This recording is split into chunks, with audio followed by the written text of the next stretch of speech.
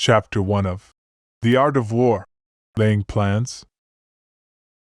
This piece serves as the opening work of Sun Tzu's The Art of War, playing a crucial role in establishing the foundational principles and guiding the overall direction of the text. It articulates the basic ideas and military principles that are consistent throughout the entire book.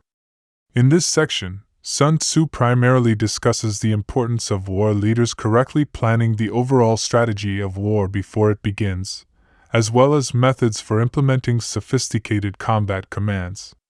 This involves analyzing strategic planning and subjective guidance capabilities to foresee the outcome of the war. Sun Tzu first emphasizes the importance of accurately assessing the trends of victory and defeat in war by examining and comparing the existing objective conditions of both the enemy and ourselves, namely the 5 considerations and 7 calculations. From the perspective of cautious warfare, Sun Tzu demands serious analysis and study of military issues. He clearly states at the beginning, "War is a matter of vital importance to the state, the province of life or death, the road to survival or ruin. It must be thoroughly studied.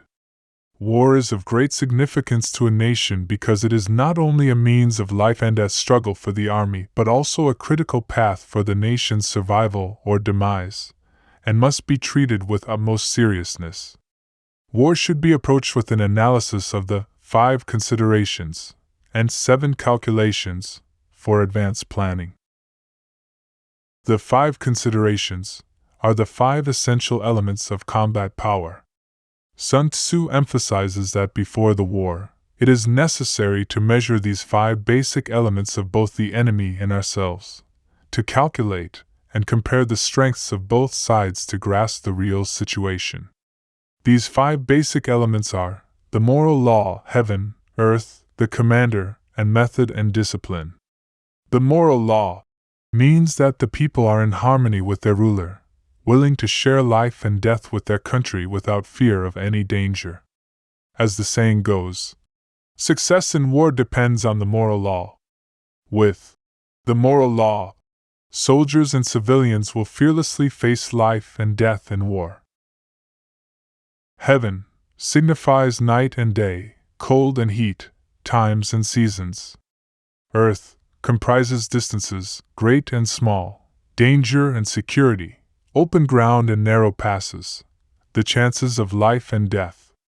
The commander stands for the virtues of wisdom, sincerity, benevolence, courage, and strictness. The choice of the commander is one of the crucial factors determining the outcome of the war.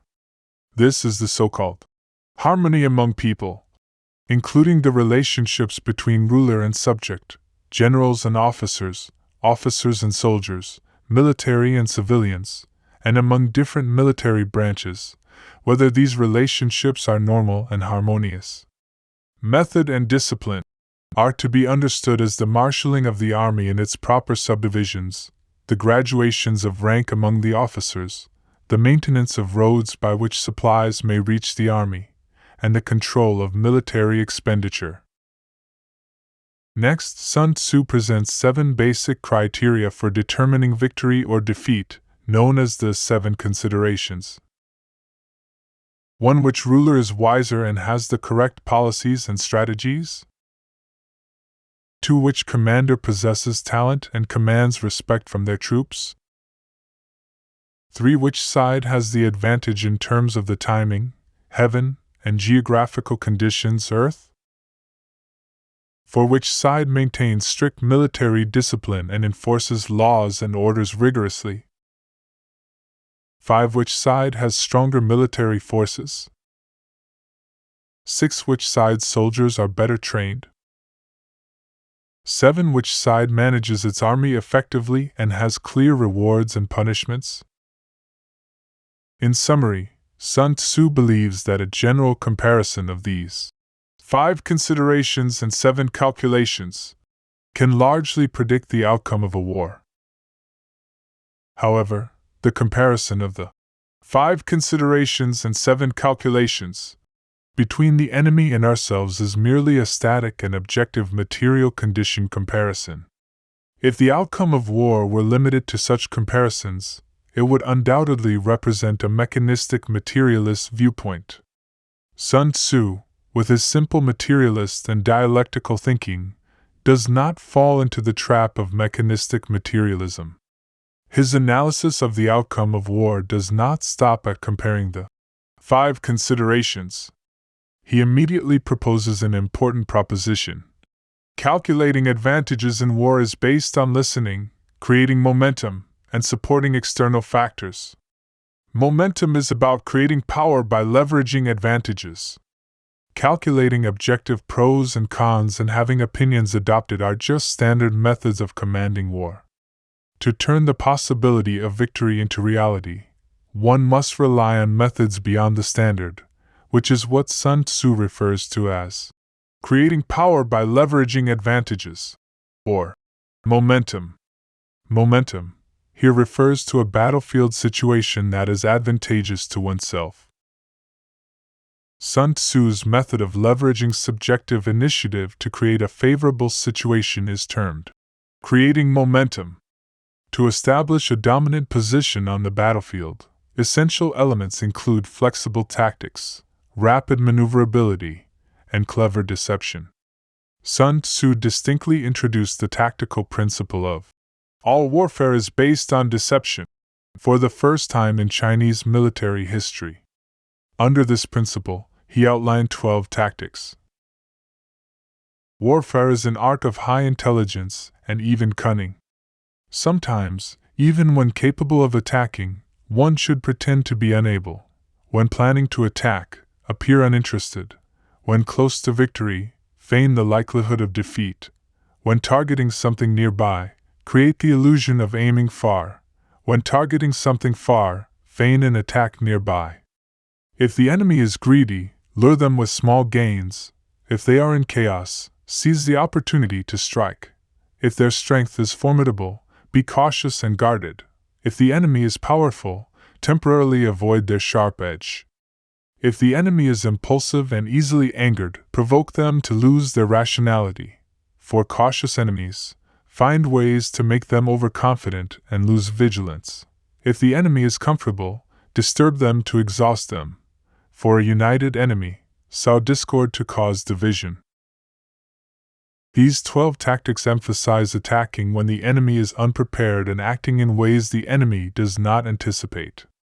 This is the secret to victory in warfare, requiring adaptability and cannot be taught in advance. The essence of these 12 tactics is to concentrate forces to strike where the enemy is weakest. Whether it's feints, diversions, or deception in battles or campaigns, the goal is to confuse the enemy. Only by confusing the enemy can one conceal their own forces, causing the enemy to misallocate their troops. This way, one can achieve the goal of striking where the enemy is unprepared and least expects it. In ancient China, before deploying troops, the ruler and ministers would first worship at the ancestral temple and discuss military matters within its confines. This practice served 3 purposes: seeking the ancestors' blessings, unifying the will of the ruler and ministers, and preventing the leakage of military strategies. Sun Tzu's concept of temple calculation as a military strategy has been highly regarded throughout history. It's noteworthy that in this context, Sun Tzu emphasized the subjective guiding ability of commanders, setting high standards for them. He proposed that commanders should possess qualities of wisdom, trustworthiness, benevolence, courage, and strictness. To elaborate, first, the importance of moral principles is stressed. Mental strength can control physical strength. Without a certain level of enlightenment, a leader's steps can be unstable, and sometimes they may even stray onto the wrong path. Second, the value of trustworthiness is highlighted. What does trustworthiness mean? Although The Art of War does not provide a clear definition, the book Commentaries on Sun Tzu by 11 Scholars explains it as not being misled by rewards and punishments. Trust is indeed vital for any organization. All activities within an organization are carried out by people, and when these individuals or groups interact to undertake an activity, contradictions arise. These are adjusted through economic, legal, educational, and responsibility factors. Trust, as an ethical and moral factor, also plays a role in this adjustment. If there is mutual trust among people, and if the words of commanders are trustworthy, the organization is bound to develop well. Third, the concept of benevolent governance is advocated. Benevolence is an ethical and moral relationship. The Chinese character for benevolence is composed of the characters for person and tu, signifying the importance of kindness and love between people. As leaders, it is essential to implement policies that comfort and support the people. Leadership is a form of influence, a process where one person influences others, including through education, coercion, ethics, encouragement, professional prestige, and the leader's own character. Practicing benevolent governance creates a sense of closeness and belonging among subordinates, forming part of the ethical influence. Fourth, strict discipline is crucial. Discipline is of utmost importance for an army. Only with iron discipline can there be an iron army, capable of achieving unstoppable victories. Without discipline, an army becomes like scattered sand, incapable of defeating the enemy. After discussing the advantages of both objective material conditions and correct subjective guidance, Sun Tzu concludes, "Thus I can foresee who is likely to win or lose." The word foresee here implies that victory or defeat becomes evident when both objective and subjective conditions for victory are fully met. Sun Tzu says, "The art of war is of vital importance to the state. It is a matter of life and death, a road either to safety or to ruin. Hence it is a subject of inquiry which can on no account be neglected." This means that war is a significant affair for a nation, involving critical aspects and fundamental issues related to the life and death of its people and the survival of the state. It is something that must be studied and understood thoroughly. Sun Tzu said, "Therefore, in your deliberations, when seeking to determine the military conditions, let them be made the basis of a comparison, in this wise: 1. Which of the two sovereigns is imbued with the moral law? 2. Which of the two generals has the most ability? 3. With whom lie the advantages derived from heaven and earth? 4. On which side is discipline most rigorously enforced? 5. Which army is stronger? 6. On which side are officers and men more highly trained? 7. In which army is there the greater constancy both in reward and punishment? By means of these 7 considerations, I can forecast victory or defeat." This means that careful comparative analysis in 5 areas is essential to understanding the actual situation of both the enemy and ourselves. These 5 areas are 1. Politics, 2. Weather, 3. Terrain, 4. Leadership, and 5. Regulation. Politics refers to the political line and policy that can unite the people with the ruler in heart and mind, willing to live and die together without fear of danger. Weather refers to the climatic conditions during warfare, such as day and night, clear or rainy weather, extreme cold or heat, and the seasons. Terrain refers to the geographical conditions during warfare, such as the distance of the battlefield, the terrain's ruggedness or flatness, and whether the area is wide or narrow, a place of death or life. Leadership involves assessing whether a commander possesses qualities like wisdom, trustworthiness, care for subordinates, bravery, and strict discipline. Regulation refers to the organization, military training, management, military laws, weaponry, and supply logistics of an army. Commanders must understand these 5 aspects. However, only those who truly comprehend and master these aspects can win a war. Therefore, it is essential to carefully calculate and compare the following aspects to explore the situation of victory or defeat between the enemy and us, Which side has a clearer political direction and correct policies?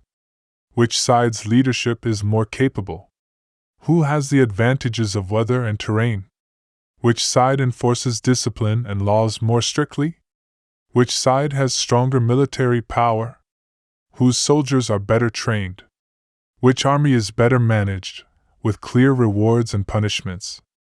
Based on these considerations, one can judge who will win or lose. Sun Tzu said, "If the general listens to my counsel and acts upon it, he will surely be victorious, and should be retained in command. If he disregards my counsel and acts on his own, his defeat is certain, and he should be dismissed." After weighing the advantages and disadvantages, if the sovereign adopts my strategies, it is essential to create a favorable situation and use it to aid the external conditions of military operations.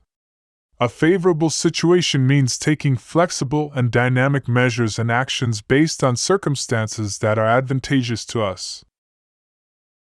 Sun Tzu also stated, "All warfare is based on deception. Therefore, when capable, appear incapable. When active, inactivity should be feigned. When near, make it appear that you are far away. When far away, that you are near. Offer the enemy a bait to lure him. Feign disorder and strike him. When he is full, prepare for him. When he is strong, avoid him. If he is of a choleric temper, seek to irritate him. Pretend to be weak, that he may grow arrogant. If he is taking his ease, give him no rest. If his forces are united, separate them. Attack him where he is unprepared, appear where you are not expected." These military devices, leading to victory, must not be divulged beforehand. Furthermore, Sun Tzu remarked, "The general who wins a battle makes many calculations in his temple before the battle is fought. The general who loses a battle makes but few calculations beforehand. Thus many calculations lead to victory, and few calculations to defeat. How much more no calculation at all? It is by attention to this point that I can foresee who is likely to win or lose." This means that victory can be anticipated before the battle through meticulous planning and considering all necessary conditions. If one fails to plan adequately and lacks the conditions for victory, defeat is likely. This is even more certain for those who do not plan at all. By considering these factors, it becomes clear who will win and who will lose. The following recounts several ancient Chinese war stories that applied the strategic thoughts from Sun Tzu's The Art of War, particularly from the chapter, Laying Plans. Story 1. The War between Wu and Yue. During China's spring and autumn period, the war in which King Jian of Yue conquered the state of Wu is a famous example that fully embodies the strategic thoughts from Sun Tzu's The Art of War. Initial estimations. In 494 BC, Wu defeated Yue, and King Jian, with only 5,000 remaining soldiers, retreated to defend Kuaiji, only to be later besieged by the Wu army. In this dire situation, King Jian, determined to preserve his kingdom, decided to humbly seek peace with King Fuchai of Wu. Jian sent his counselor to bribe the Wu prime minister with treasures and beauties, promising that King Jian would willingly serve as a slave and loyally serve King Fuchai. Eventually, the Wu army withdrew, and Yue was spared from destruction. Subsequently, Jian entrusted the governance of his state to Zhong and, along with his queen and family, went to serve King Fuchai as a servant. In Wu, Jian endured all humiliations, driving chariots and tending horses for Fuchai, while his queen cleaned the Wu palace. His humility and endurance eventually earned Fuchai's trust, and after 3 years, Jian was released and returned to Yue. Back in Yue, Jian began a 13-year plan for revenge against Wu. He first admitted his faults to his people and personally consoled the injured, then led a life of hardship, symbolized by the phrase, "sleeping on sticks and tasting gall." To rejuvenate his state, he implemented policies for rest and recuperation and production development, gaining popular support. While reforming domestic affairs, he also actively developed diplomatic relations, frequently sending lavish gifts to King Fuchai to demonstrate loyalty. Fuchai gradually became arrogant and indulgent, lowering his guard against Yue. Go Jian also bought grain at high prices from Wu, causing a food shortage there, and used divide-and-conquer strategies to incite internal strife in Wu, leading Fuchai to alienate his counselor Wu Zixu. After defeating Yue, King Fuchai of Wu became increasingly arrogant and failed to see Go Jian's intent for revenge. Instead, he focused on northern expansion, aiming to dominate the Central Plains. In 484 BC, Fuchai marched north to attack the state of Qi but was soundly defeated. In 482 BC, he joined an alliance at Huangqi with the state of Jin and other lords. To compete for supremacy with Duke Ding of Jin, Fuchai took all his elite troops, leaving only the weak and sick to defend his city. Go Jian saw this as an opportunity to attack Wu, but his counselor Fanli advised against immediate action, noting that the Wu army was not far and could quickly return to counterattack if they learned of Yu's assault. He suggested waiting for a more opportune moment. Several months later, when the Wu army reached Huangqi, they were far from their capital, Gusu. Seizing the opportunity, Go Jian led over 40,000 troops in a two-pronged assault on Wu. The Wu defenders, led by Crown Prince Yue, scrambled to block the Yue advance. With Wu's elite forces deployed at Huangqi, Prince Yue was forced to adopt a strategy of fortifying the capital and waiting for reinforcements. He avoided direct combat with the Yue forces and urgently sent for King Fuchai to return. Before Fuchai could return, Go Jian captured Gusu and took Prince Yue prisoner. Hearing of the fall of their capital, the Wu army was thrown into disarray. Seeing no certain chance of victory in a counterattack, Fuchai sent Bo Pai to negotiate peace with Go Jian. Knowing he lacked the strength to immediately conquer Wu, Go Jian agreed to peace talks and withdrew his forces. Upon returning, Fuchai's ministers advised him to focus on rebuilding the nation's strength and wait for an opportunity to strike back at Yue. However, Fuchai remained indulged in pleasures, neglecting state affairs. In 478 BC, during a famine in Wu, Go Jian seized the opportunity to launch another attack. Before the battle, he strictly enforced military discipline, clearly defined rewards and punishments, and made thorough preparations. He rallied his troops with the slogan, "Revenge for the nation," and further incited them against Fuchai by publicizing his numerous misdeeds. The Yue army split into two groups, hiding in the river. At midnight they beat drums and shouted, feigning an attack on Wu. Hearing the noise, Fuchai mistakenly thought Yue was crossing the river in two groups and set out to confront what he believed was an attack from Chu. Meanwhile, Go Jian led his main force quietly across the river, catching the Wu army off guard and defeating them. The Yue army pursued their victory, capturing large territories and reversing the situation from Wu being the stronger to Yue being the dominant force. 2 years later, after capturing Gusu, Fuchai sent envoys to negotiate peace again. After being refused, he fell into despair and committed suicide. Thus, Yue conquered the powerful Wu, achieving a final victory in the war between Wu and Yue. Yu's transformation from weak to strong, from defeat to victory, and ultimately conquering Wu, involved many strategies that align with the strategic thoughts expressed in Sun Tzu's The Art of War, the beginning of planning. These included rallying national support with the slogan, "Revenge for the nation," winning the hearts of the people through good governance, being vigilant and preparing actively when outmatched, avoiding direct confrontation with stronger enemies, bribing Wu's rulers and officials, and employing strategies like enticing with benefits, arrogance from humility, and dividing alliances. The decisive battles were launched unexpectedly, attacking when unprepared, All actions were meticulously planned and well prepared, embodying the principle of more calculations lead to victory before engaging in war. Story 2: The Benevolence and Righteousness of Duke Xiang of Song. In 639 BC, the monarchs of the states of Song, Qi, and Chu met at the Deer Ground in Qi. Duke Xiang of Song was quite arrogant, assuming the role of a hegemon from the start. He believed himself to be the initiator of this meeting, and considering his status superior to those of the rulers of Chu and Qi, naturally saw himself as the hegemon.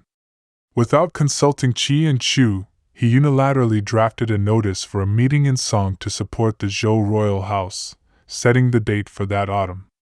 King Qing of Chu and Duke Chao of Qi were deeply displeased with Duke Xiang's actions, harboring resentment towards him, yet they signed the agreement due to social pressures. When the appointed day for the meeting arrived, the rulers of 6 states, including Chu, Kai, Su, Chao, Jing, and Qin, were present, with only the rulers of Qi and Lu absent. At the meeting, Duke Xiang of Song began. "We have convened here with the hope of establishing a covenant to assist the royal house and cease warfare among ourselves for universal peace. What are your thoughts?"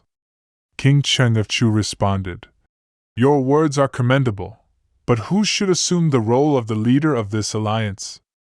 Confidently, Duke Xiang said, "This is easily resolved. Those with merits will be judged by their merits, and those without by their ranks.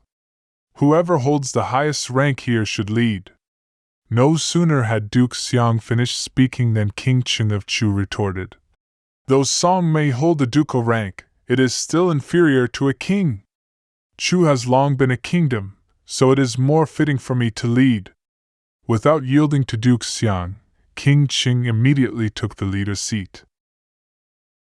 Seeing his plans foiled, Duke Xiang was furious, exclaiming, "My dukedom was bestowed by the Son of Heaven, recognized by all under heaven. Your kingship, however, is self-proclaimed and unrecognized. You have no right to lead." King Qing of Chu laughed. "If you do not acknowledge me as a king, then why did you invite me to this meeting?" As Duke Xiang was about to argue, he suddenly noticed that the Chu ministers and servants accompanying King Qin had removed their outer garments, revealing armor underneath and brandishing weapons. They swiftly dragged Duke Xiang to a Chu chariot, causing the other lords to flee. Later, King Qing of Chu, seeing no use in holding Duke Xiang, released him to return to his state. From then on, Duke Xiang harbored intense hatred towards Chu. However, constrained by Chu's military strength, he could only swallow his pride. Learning that Jing was the most enthusiastic supporter of Chu's leadership, Duke Xiang, seeking retribution, decided to attack the smaller state of Jing. Soon after, Duke Wen of Jing visited King Qing of Chu, and seizing this opportunity, Duke Xiang launched an attack on Jing. Upon hearing this, Duke Wen immediately sought help from King Qing, who agreed to assist. King Qing of Chu did not directly go to rescue Jing but instead led his troops straight towards the state of Song. Duke Xiang of Song, unable to continue his assault on Jing, led the Song army back to their territory overnight. After setting up camp by the swelling river, the Chu army arrived on the opposite bank. Gong Sun Gu, a minister to Duke Xiang, advised, "Your Majesty, the Chu army is here only to save Jing. We have already withdrawn from Jing, and they have achieved their goal. Our forces are weaker than Chu's. We must not engage them directly. It would be best to seek peace with Chu." However, Duke Xiang, blinded by overconfidence, replied, "Though Chu is strong and well-equipped, they lack benevolence and righteousness. Our forces, though weaker, are an army of benevolence and righteousness. How can an army lacking these virtues defeat one that embodies them?" Duke Xiang had a large banner embroidered with the characters for benevolence and righteousness made, planning to use these virtues to overcome Chu's swords and spears. At dawn the next day, the Chu army began to cross the river. Gong Sun Gu urged Duke Xiang. The Chu army is crossing the river in daylight, clearly underestimating us. If we attack while they are halfway across, we can surely win. But Duke Xiang shook his head, pointing to the Benevolence and Righteousness banner on his chariot. How can we attack them before they have crossed? What kind of army of benevolence and righteousness would we be then? Thus, Duke Xiang waited for the Chu army to cross, never striking. Once the Chu army had fully crossed and began to form their lines on the shore, Gong Sun Gu again advised an attack. Annoyed, Duke Xiang responded, "Why do you always suggest such underhanded tactics? How can we attack before their formation is set? Would we still be an army of benevolence and righteousness then?" No sooner had Duke Xiang finished speaking than the Chu army, having formed their lines, charged. The Song army, seeing the ferocity of the Chu forces, scattered in fear. Duke Xiang, intending to personally lead a counterattack, was quickly surrounded by Chu forces before he could advance. It was only through the desperate efforts of several Song generals that he was rescued. By then, the Song army had already dispersed, and their chariots, supplies, and provisions were seized by Chu. The Benevolence and Righteousness banner was lost, its whereabouts unknown. Despite his severe injuries, Duke Xiang remained deluded, muttering to himself, "An army that upholds benevolence and righteousness must win people over with virtue. I lead an army of benevolence and righteousness. We cannot take advantage of others' vulnerabilities." His soldiers, hearing this, cursed him inwardly. Sun Tzu believed that war is a matter of life and death, a crucial issue that affects the survival of armies and nations. How can it not be approached with utmost seriousness? Duke Xiang of Song, driven by vainglory, rashly initiated the war, demonstrating a lack of seriousness towards its grave nature. War is brutal, a matter of killing or being killed. The idea of showing benevolence and morality towards the enemy is absurd, and Duke Xiang of Song exemplified this folly. Sun Tzu also said, "Which ruler has the way? Which general has the ability? Who has the advantage of heaven and earth? Whose commands and laws are effective? Whose forces are stronger? Whose officers and men are better trained? Who administers rewards and punishments more clearly? From there, I can predict victory or defeat." Duke Xiang of Song utterly failed to understand these principles of warfare. Sun Tzu outlined various critical elements for knowing victory or defeat, and Duke Xiang of Song failed to adhere to nearly all of them, relying instead on benevolence and righteousness to conduct war, inevitably leading to his defeat. Story 3: Chao's 10 Victories. Before the Battle of Guan, Chao's army, weaponry, and resources were significantly inferior to those of his opponent Yuan Shao. However, Chao was extremely confident. His self-awareness and understanding of both himself and his enemy laid the foundation for his future conquests. Why did Chao have such a favorable chance of winning? How can we accurately compare and analyze the real strengths and weaknesses of Chao and Yuan Shao? Before Chao set out to campaign against Yuan Shao, he hesitated due to concerns about his own strength. At this time, his strategist Guan analyzed the strengths and weaknesses of the two armies for Chao. He pointed out that although Chao's power seemed weaker on the surface, in reality, he was stronger than Yuan Shao.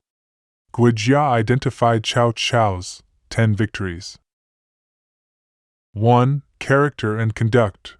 Yuan Shao only focused on formalities and appearances, while Chao was sincere and unpretentious in his dealings with others. This is the first victory, aligning with Sun Tzu's concept of Tao, the way. 2. Political appeal.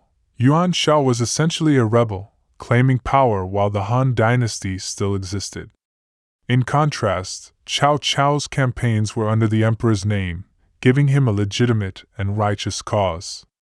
This is the second victory, the victory of righteousness. 3. Management methods. Yuan Shao's army was lax in discipline and governance, whereas Chao's army was well disciplined and trained, reflecting strong administrative skills. This is the third victory, the victory of governance. 4. Talent utilization. Despite appearing generous, Yuan Shao was suspicious and distrustful, often only appointing his relatives. Chao, on the other hand, was astute and approachable, valuing talent over background and showing trust in his appointments. This is the fourth victory, the victory of meritocracy. 5. Strategy and decisiveness. Yuan Shao was cautious and often indecisive, missing opportunities. Chao, however, was sharp, decisive, and adaptable. This is the fifth victory, the victory of strategy. 6. Leadership charisma. Yuan Shao loved to engage in grandiose talk and polite gestures, pursuing a beautiful external image, but he only attracted boastful and exaggerated individuals. Chao, on the other hand, didn't care for empty fame. He was sincere and open-hearted, attracting loyal, honest, and visionary people to his side. This is the sixth victory, the victory of virtue. 7. Moral prestige. Yuan Shao often showed pity when he saw others suffering from cold and hunger, but he ignored the unseen hardships of the common people. Chao, however, didn't just focus on immediate minor issues. He considered the bigger picture and had a high reputation among the people. This is the seventh victory, the victory of benevolence. 8. Ability to judge people. Under Yuan Shao, officials engaged in open and covert power struggles, with a culture of backstabbing. Chao, however, had clear principles in using people and was not swayed by slander. This is the eighth victory, the victory of wisdom. 9. Rule of law. Yuan Shao often failed to distinguish right from wrong. However, Chao was clear-cut. He rewarded his subordinates for their achievements and treated them with respect, but he also used laws to punish wrongdoing. This is the ninth victory, the victory of civil governance. 10. Military talent. Yuan Shao liked to bluff in his military tactics, a method not in accordance with the art of war. Chao, however, could defeat the many with the few, using his troops like a divine force. This is the 10th victory, the victory of martial prowess. After hearing this analysis, Chao was very pleased and immediately decided to compete with Yuan Shao for supremacy. 2 years after Guijia's prediction, Yuan Shao mobilized an elite army of 100,000 troops, intending to annihilate Chao in one fell swoop. The generals in Chao's army were terrified, believing that their forces were too weak compared to Yuan Shao's massive army and that resisting would be like throwing eggs against a rock. However, Chao was not at all anxious. He optimistically reassured his commanders, saying, "Don't be afraid. I understand Yuan Shao. He may have high ambitions, but he lacks wisdom. He might appear brave, but he actually lacks courage. He has many soldiers and generals, but their responsibilities are unclear. He is also prone to suspicion, which undermines his authority in the army. His commanders are arrogant and disobedient. So, even though he has vast lands and plenty of food, in the end, it will all become ours." Chao spoke so lightly, but many were still worried. Among them, Kong Rong asked Sun Tzu, "Yuan Shao has vast lands and a strong army, with famous strategists like Su Yu and Tian Feng planning for him, loyal and dedicated officials like Feng Ji and Xin Pei managing his military affairs, and brave generals like Wen Chou and Yan Liang leading his troops. Can we really defeat him?" Sun Tzu smiled and replied, "Although Yuan Shao has many troops, his military discipline is lax. His generals also have many flaws. For example, Tianfeng is too straightforward and often offends Yuan Shao. Su Yu is greedy. Xinpei is brave but lacks strategy and is too authoritarian. Feng Ji is stubborn and self-willed. These people cannot work together harmoniously. As for Wen Chou and Yan Liang, they are merely brave soldiers and can be easily subdued. Yuan Shao's weaknesses were fully exposed in the subsequent battle of Guandu against Chao. First, Yuan Shao missed a great opportunity to strike at Chao when he was distracted by his young child's illness. Then, he acted stubbornly and rashly, ignoring the advice of strategists like Zhu Shou and Tianfeng. Throughout the war, Yuan Shao consistently demonstrated his lack of tolerance and adaptability. After Yuan Shao's death, his sons fought bitterly for power, and his generals also turned against each other, supporting different heirs. The once powerful Yuan Shao eventually met his defeat at the hands of Chao. Story 4. Guan Zhong's Reforms. The king of Qi often discussed state affairs with his prime minister, Guan Zhong. Once, the king asked Guan Zhong, "Do you think our state is stable now?" Knowing the king's political ambitions, Guan Zhong replied, "If you aspire to dominate the other feudal lords, the state can become prosperous and stable. But if you're content with the status quo, it won't achieve prosperity and stability." The king nodded and said, "I'm not yet bold enough to do that. Maybe in the future." Guan Zhong immediately expressed his willingness to serve the king, saying, "I am ready to contribute my humble efforts to the state's prosperity and strength." The king was moved by this and expressed his determination to fulfill his ambition of supremacy. Later, the king asked Guan Zhong, "How can I make the state stable and prosperous?" Guan Zhong answered, "To stabilize the state and ensure its prosperity, you must first win the hearts of the people." The king then asked, "How can we win the hearts of the people?" Guan Zhong replied, "To win the hearts of the people, you must start by cherishing them. If a ruler cherishes his people, they will naturally be willing to give their lives for the state." The king further inquired, "How can I show that I cherish the people?" Guan Zhong responded, "To cherish the people, you must first ensure they live in prosperity. Once the people are prosperous, the state will naturally become stable. It's often said that chaotic states are poor, while stable states are strong. That's the reason." The king found Guan Zhong's words very reasonable, and after pondering for a while, he asked, "What if, after the people's lives become prosperous, we lack sufficient soldiers?" Guan Zhong answered, "The strength of an army lies in its quality, not quantity. Soldiers must be powerful in combat and high in morale. An army with high morale won't have issues with training, right?"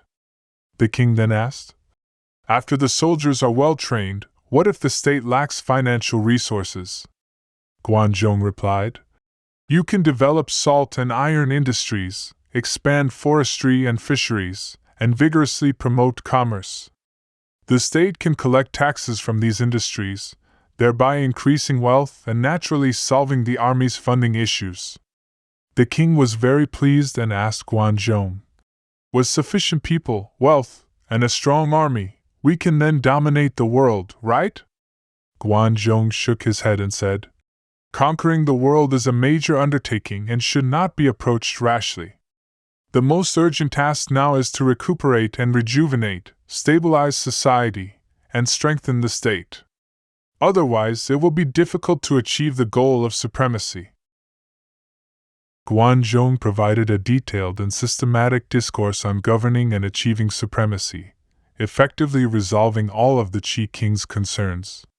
Soon after, the king appointed Guan Zhong as his prime minister to oversee state affairs. Once in office, Guan Zhong implemented a series of reforms in Qi. Politically, he redefined the administrative regions of Qi, strengthening centralization and unifying the nation. Economically, Zhong levied taxes based on the quality of the land, making the tax burden more reasonable and significantly boosting the productivity of the people. He also advocated for economic development and encouraged foreign trade. He collected scattered grains and materials according to the needs of the people, gradually leading to the economic prosperity of Qi. Militarily, Zhong emphasized integrating soldiers with agriculture. The army was responsible for farming during peacetime, in addition to their regular training. He also decreed that citizens could not freely migrate to other states and encouraged unity and mutual assistance among neighbors. The goal was to ensure that people could recognize each other by face and distinguish friend from foe by voice alone. These reforms led to a prosperous and stable society in Qi, with a wealthy populace and a strong nation. The king asked Zhong, "Now that the people are prosperous and the state is powerful, can we dominate the other feudal lords?" Zhong advised, "Currently, many states are striving to strengthen themselves, and there are many more powerful than Qi, such as Jingchu in the south and Qin and Jin in the west.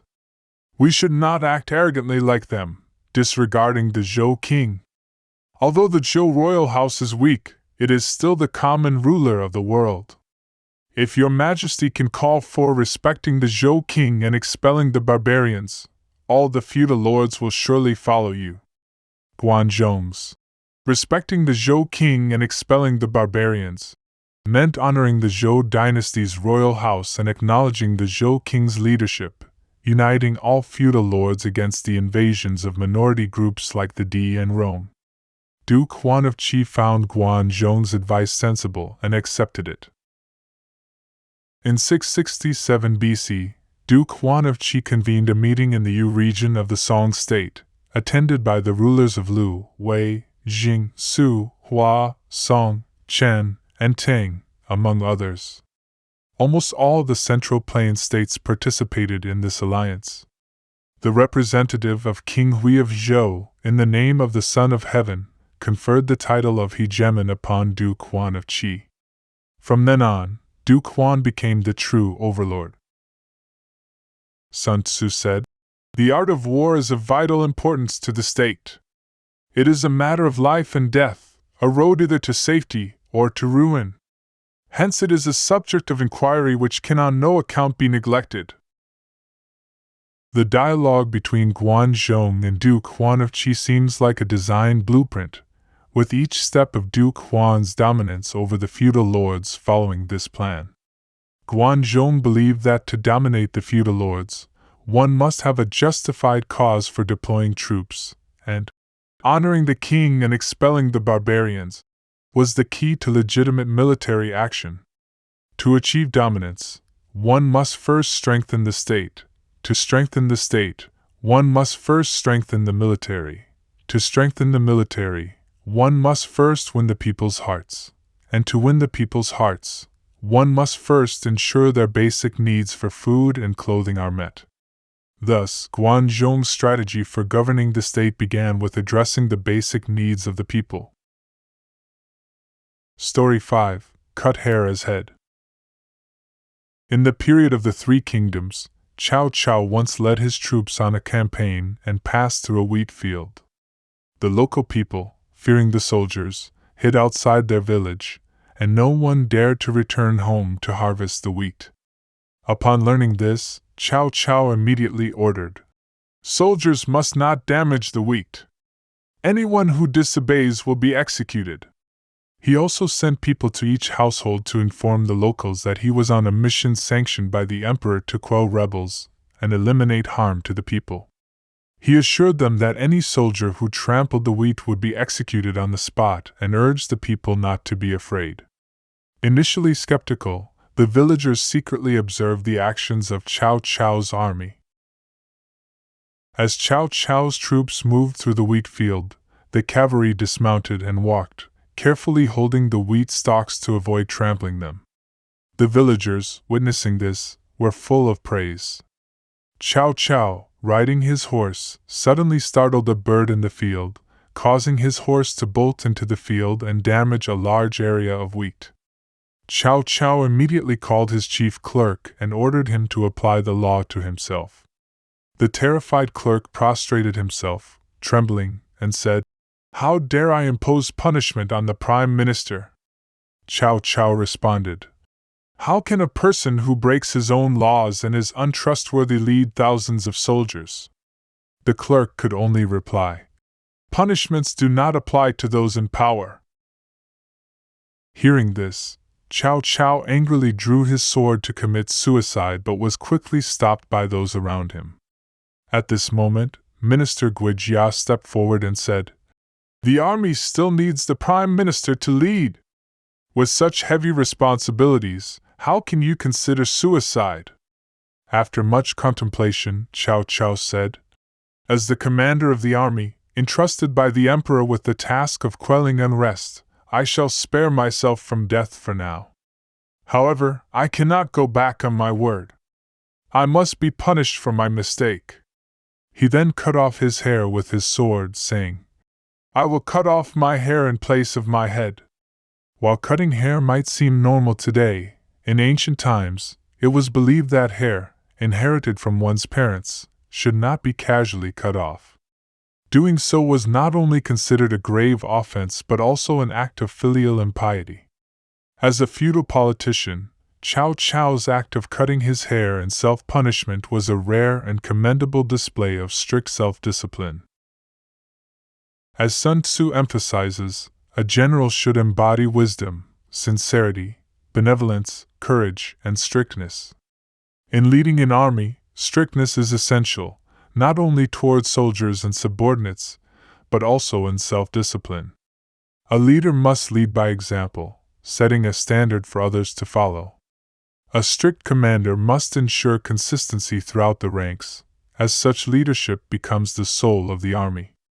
If military leader is only strict with their soldiers and subordinates, but lenient with themselves, it creates a disparity that can lead to failure in battle or even mutiny.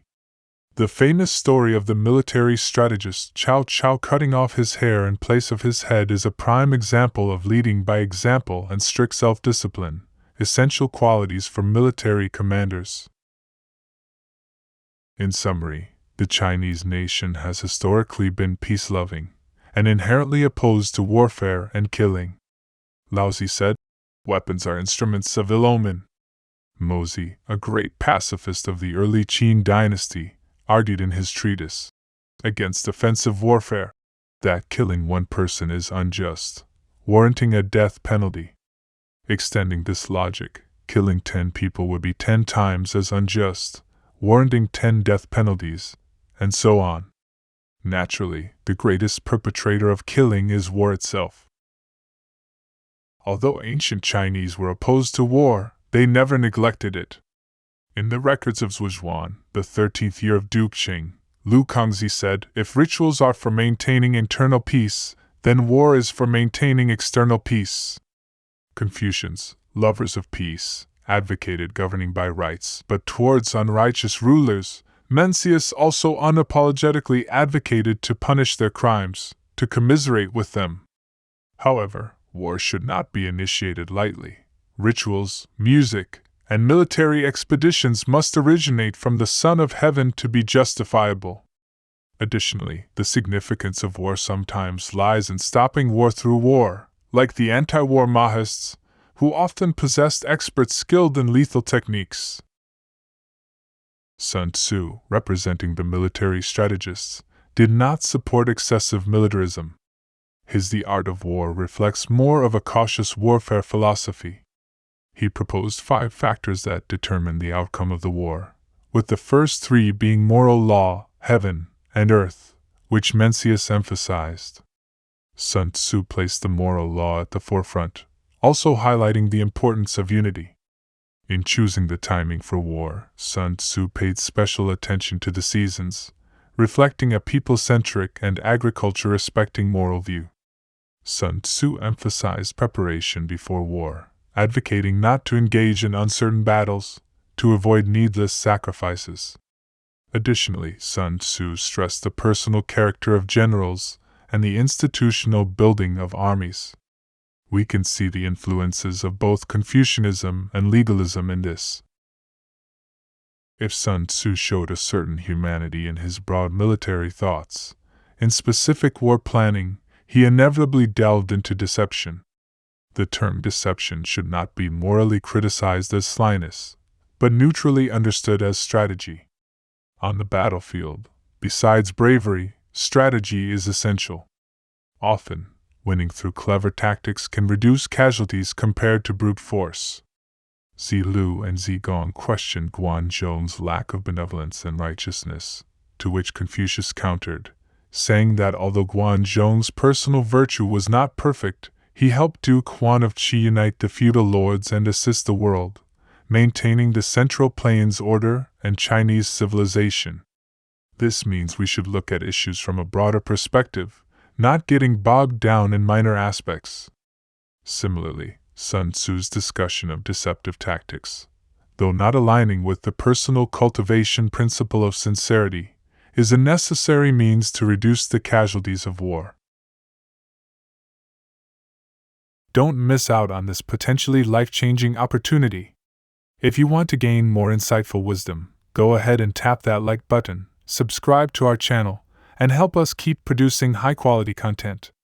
And don't forget to click the bell icon below the video, so you'll be the first to receive our latest updates, and never miss a chance to enhance yourself.